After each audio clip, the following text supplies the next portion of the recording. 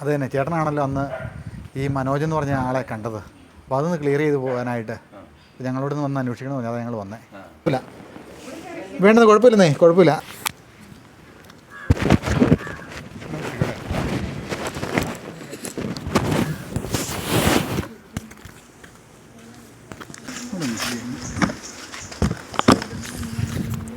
ചേട്ടാ നമസ്കാരം. പോസ്റ്റ് ഓഫീസിലാണ് ജോലി ചെയ്യുന്നത്? പോസ്റ്റ് ഓഫീസിൽ ഈ ഔട്ട് സൈഡറായിട്ട് വർക്ക് ചെയ്യാനുള്ള. അതല്ലേ, ഇപ്പോൾ ഇല്ലല്ലേ? ഇപ്പം KR പുരത്താണ്. ഇപ്പോൾ പുള്ളി താമസിക്കുന്ന വീടിൻ്റെ ആ പുരത്തുള്ള NSS കോളേജിൽ അവിടെ പോസ്റ്റ്. അതായത് ഈ മനോജ് മരിച്ച ആ സമയത്ത് ഞാൻ തിരുനെല്ലൂർ ഇതുപോലെ ഔട്ട് സൈഡറായിട്ട് തിരുനെല്ലൂർ വർക്ക് ചെയ്യായിരുന്നു. അതെല്ലേ. അന്ന് കണ്ട സംഭവം എന്ന് പറയാമോ? കണ്ട സംഭവം എന്ന് പറഞ്ഞാൽ ഈ മനോജിൻ്റെ ഭാര്യയ്ക്ക് ഒരു രജിസ്റ്റേർഡ് ലെറ്റർ 12 ഇവിടുത്തെ സഹകരണ സർവീസ് ബാങ്കിലെ ഒരു രജിസ്റ്റേർഡ് ലെറ്റർ വന്നിട്ടുണ്ടായിരുന്നു. അത് കൊടുക്കാനായിട്ട് ഞാൻ അവിടെ ചെല്ലുമ്പോഴാണ് ഈ പുള്ളി ഇങ്ങനെ തൂങ്ങി നിൽക്കണമായിട്ട് കണ്ടത്. പിന്നെ തന്നെ അടുത്തുള്ള വീട്ടിലുകാരെ വിളിച്ച് കാര്യം പറഞ്ഞപ്പോൾ തന്നെ ആളൊക്കെ കൂടി ഇവിടെ തന്നെ കെട്ടഴിച്ച് ഇട്ട് അതിന് വന്ന് അവൻ മകളെ കൊണ്ട് സ്കൂളിൽ വിട്ടിട്ട് ഇവിടുന്ന് ഈ കോളേജ് ജംഗ്ഷനിൽ ഇവിടുന്ന് കയറും ഒക്കെ മേടിച്ചുകൊണ്ടാണ് പോയതെന്ന് ആൾക്കാർ പറയണത്. അപ്പോൾ എനിക്ക് ഇതിനെപ്പറ്റി കൂടുതൽ ഡീറ്റെയിൽസ് അറിയാം. ഞാൻ തിരുനെല്ലൂർ പോസ്റ്റ് ഓഫീസിൻ്റെ അവിടെ വരുമ്പോഴാണ് പറയണത് DYSP ഓഫീസിലൊന്ന് ചോദ്യം ചെല്ലാനായിട്ട് ഇരിക്കുകയായിരുന്നു. ഇപ്പോഴാണ് ഈ സംഭവം കാണുന്നത്. ആ സമയത്ത് ഈ ജീവൻ എന്തെങ്കിലും ഉണ്ടായിരുന്നോ? പെട്ടെന്ന് അവർ ഈ ആഴ്ച അവർ സ്വന്തക്കാരൊക്കെ വന്നത്. അവർ പറഞ്ഞത് ഇത്തിരി ഇതേ കുറച്ച് സമയമായിട്ടുള്ളൂ, ഇത്തിരി ജീവൻ ഉണ്ടായിരുന്നതൊക്കെയാണ് അവർ പറയേണ്ടത്. പെട്ടെന്ന് തന്നെ അവർ ചെത്തി കണ്ടിച്ച് കൊണ്ടുപോയി അവിടെ ചെന്നപ്പോഴത്തേക്കും മരിക്കുകയായിരുന്നു. ചേട്ടന് ബെല്ലടിച്ചായിരുന്നോ വീട്ടിൽ ചെന്നിട്ട്? ബെല്ലടിച്ചല്ലേ, വാതിലിങ്ങനെ പകുതി ഒരു ഇത്രയും ഗ്യാപ്പ് ഉണ്ടായിരുന്നു. അപ്പോൾ ബെല്ലടിച്ചിട്ട് ആളെ കാണാഞ്ഞുകൊണ്ട് ഞാൻ നോക്കിയപ്പോഴത്തേക്ക് ഞാനൊന്ന് പത്രം വായിക്കാമെന്ന് ഓർത്തത്. ഇതുപോലെ ഹാളിലായിരുന്നു. ബെഡ്റൂമിലല്ലായിരുന്നു? ഹാളിലായിരുന്നു. ഹാളിൽ ഈ പഴയ വീടെന്ന് പറഞ്ഞാൽ ഈ ഷീറ്റിട്ട് നീട്ടി എടുത്തിരിക്കണ അതിൻ്റെ ഇതുമേലായിരുന്നു തൂങ്ങിയത്. ഈ മനോജിനെ ഇതിനു മുമ്പ് കണ്ടിട്ടുണ്ടോ? അതങ്ങനെ മനോജുമായിട്ട് നേരത്തെ പരിചയമുള്ള മനോജ് ഓട്ടോറിക്ഷയൊക്കെ ഉണ്ടായിരുന്ന, കാറൊക്കെ ഉണ്ടായിരുന്ന ഓട്ടം പോകാനൊക്കെ വിളിച്ച് കൊടുത്ത് പോയിട്ടുള്ളത്. മനോജിൻ്റെ വണ്ടി ആ സമയത്ത് അവിടെ ഉണ്ടായിരുന്നോ? മനോജിൻ്റെ വണ്ടി അവിടെ ഇട്ടിട്ടാണ് അവൻ അങ്ങോട്ട് പോയത്. മകളെ കൊണ്ട് ആക്കി വന്ന് റോഡ് സൈഡിൽ, വീട്ടിലേക്ക് വഴിയില്ലാത്തതുകൊണ്ടേ റോഡ് സൈഡ് വണ്ടി ഇട്ടിട്ട് അങ്ങോട്ട് പോയത്. വണ്ടി കിടന്ന കാരണം അവിടെ ഉണ്ടെന്നൊരു ധാരണ ചേട്ടൻ വന്ന് കാണും. ഞാൻ അപ്പുറത്ത് ചെന്നപ്പോഴത്തേക്ക് വേറെ ഇവരൊരു സ്വന്തക്കാരുടെ വീട്ടിൽ ചെന്നപ്പോഴത്തേക്കും പറഞ്ഞു മനോജ് ഇപ്പോൾ വന്നിട്ടുണ്ട്, അവൻ സ്കൂളിൽ കൊച്ചിനെ ആക്കിയിട്ട് വന്നിട്ടുണ്ടെന്ന് പറഞ്ഞു. അപ്പോൾ ഞാനൊന്ന് പോയത് കണ്ടില്ലായിരുന്നെങ്കിൽ മകളെ വന്നത് കാണുള്ളൂ.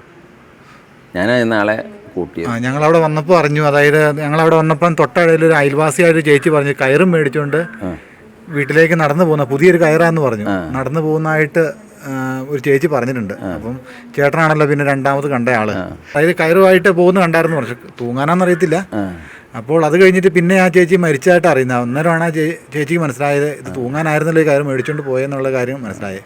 അപ്പോൾ ഇതിൻ്റെ സംബന്ധിച്ചിരുന്ന ക്ലാരിഫിക്കേഷൻ വരുത്താനായിട്ടായി. ചേട്ടനെ ഈ സബാഷിൻ്റെ ഏരിയയിലും ചേട്ടനായിരുന്ന പോസ്റ്റ്മാനായിട്ട് ഇപ്പം എവിടെയാണ്? നേരത്തെ എവിടെ ഉണ്ടായിരുന്നോ? ഇല്ല. ഈ ചേച്ചിക്ക് എന്ത് ലെറ്റർ വന്ന ആ കാര്യമോടൊന്ന് പറയാമോ? സ്വർണ്ണം എന്തോ പണയം വെച്ചതിൻ്റെതാണ്. രജിസ്റ്റേർഡ് ലെറ്റർ ആയിരുന്നു. പുള്ളിക്കാരത്തി എന്തോ ജോലിക്ക് പോകുന്ന ആളാണ്. അതെ. ഇത് തുറന്ന് കിടന്നുകൊണ്ട് ഞാനിപ്പോൾ അവിടെ ആളുണ്ടെന്നുള്ള ഇതിൽ നോക്കുമ്പോഴാണ് ഇങ്ങനെ. അപ്പോൾ അവൻ പുള്ളിക്കാരൻ പോയിട്ട് വന്നിട്ട് അധിക സമയം ആയിട്ടില്ല. ഈ മാനേജർ സ്വഭാവമൊക്കെ എങ്ങനെയാണ്? ഈ ആൾ സിമ്പിളായിരുന്നു, നല്ല എക്സ്പെർട്ട് ഡ്രൈവറായിരുന്നു. കൂട്ടത്തിൽ പോയ ആൾക്കാരെല്ലാവരും പറയണത് ആൾ നല്ലൊരു ഡ്രൈവറായിരുന്നു, പക്ക ഡ്രൈവറായിരുന്നു. ഇത് പറ്റിയെന്നുള്ളത് പിന്നെ അതേക്കുറിച്ച് നമുക്കറിയാമില്ല. ഈ പുള്ളിയുടെയൊക്കെ ഓട്ടോ ഒക്കെ പോകുമായിരുന്നു പുള്ളിക്കാരൻ. പോലീസിൻ്റെ ചോദ്യം ചെയ്യലിൽ പുള്ളിക്ക് കാര്യങ്ങൾ സബാഷിൻ്റെ പല ഓട്ടവും പോയിട്ടുണ്ടായിരിക്കാം. ഓട്ടം പോയിട്ടുണ്ട്. അപ്പോൾ അങ്ങനെ ഈ സബാഷിനുമായിട്ട് ബന്ധപ്പെട്ട് ഓട്ടം പോയതുമായിട്ട് ബന്ധപ്പെട്ട് ഏതെങ്കിലും ചോദ്യം ചെയ്യലും കാര്യങ്ങളൊക്കെ പുള്ളിക്ക് അതൊരു പേടിയോ അങ്ങനെ? പിന്നെ ഇവിടെ വന്നപ്പോഴത്തേക്ക് ഇവിടെ ഓട്ടോക്കാർ അവരൊക്കെയാണ് പറഞ്ഞ അറിയണം ഇങ്ങനെ സബാഷിൻ്റെ കേസുമായിട്ട് ബന്ധപ്പെട്ട് ഇവനെ വിളിപ്പിച്ചിട്ടുണ്ടായിരുന്നു. DSP ഓഫീസിലേക്ക് ആ സമയത്തല്ലേ തൂങ്ങിയത്? ഓക്കെ, താങ്ക് യു ചേട്ടാ. അത്തരം കാര്യങ്ങൾ ഞങ്ങൾക്ക് അറിഞ്ഞാൽ മതി. കാരണം ഇതിനെക്കുറിച്ചൊരു ഇൻഫർമേഷൻ വളരെയധികം ആൾക്കാർ ഞങ്ങളോട് ചേട്ടനെ വന്നൊന്ന് ഇൻ്റർവ്യൂ ചെയ്യണമെന്ന് പറഞ്ഞേ. അപ്പം ഞാനവിടെ അവിടെ ഈ ഇൻഫോ പാർക്കിൽ സെക്യൂരിറ്റി ഗാർഡായിട്ട് വർക്ക് ചെയ്യുന്നുണ്ട്. അവിടെ ആലപ്പുഴ ക്രൈം ബ്രാഞ്ച് ഓഫീസിൽ നിന്ന് വന്നായിരുന്നു.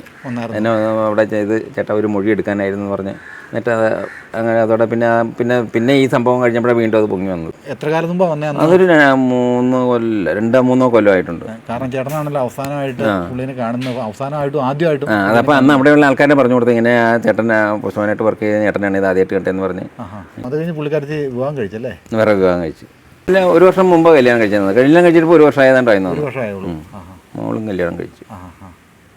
മോളൊക്കെ നമ്മുടെ ഇവരെ ജൂനിയർ ഇവരുടെ ഒപ്പം പഠിക്കണ കുട്ടിയായിരുന്നു. അതല്ലേ. സെബാസ്റ്റ്യൻ വല്ലതും കണ്ടിട്ടുണ്ടോ? സെബാസ്റ്റ്യൻ പണ്ട് തൊട്ട് ഞാൻ കണ്ടിട്ടുള്ളത്. അത് കഴിഞ്ഞ് കുറേ നാളത്തേക്ക് പിന്നെ കാണാനില്ലായിരുന്നു. പിന്നെ ഈ സംഭവങ്ങളൊക്കെ കഴിഞ്ഞിട്ടാണ് ഇങ്ങനെ ആളിതാണ്. പുള്ളിക്കാരൻ്റെ അനിയ കമൻ്റ് എന്ന് പറഞ്ഞാൽ പുള്ളിക്കാരൻ നമ്മുടെ ചേട്ടനുമൊക്കെ ആയിട്ട് വലിയ സുഹൃത്താണ് പുള്ളി. ഈ നാട്ടിൽ അറിയാമായിരുന്നു ഇങ്ങനെ ഒരു സ്വഭാവക്കാരനാണെന്ന് അത് അറിയാം. അങ്ങനെയൊന്നും ആരും ആവുന്നില്ല. ഇതൊക്കെ സംഭവം ഉണ്ടായി കഴിഞ്ഞിട്ടാണ് എല്ലാവരും ഇത് ആർക്കും പിടികൊടുക്കില്ലാത്ത ഒരാളായിരുന്നു. ഒരു ദുരൂഹത ആർക്കും തോന്നിയിട്ടില്ല. ഇല്ല, അന്നൊന്നും ആ ഒരു ദുരൂഹത അല്ല.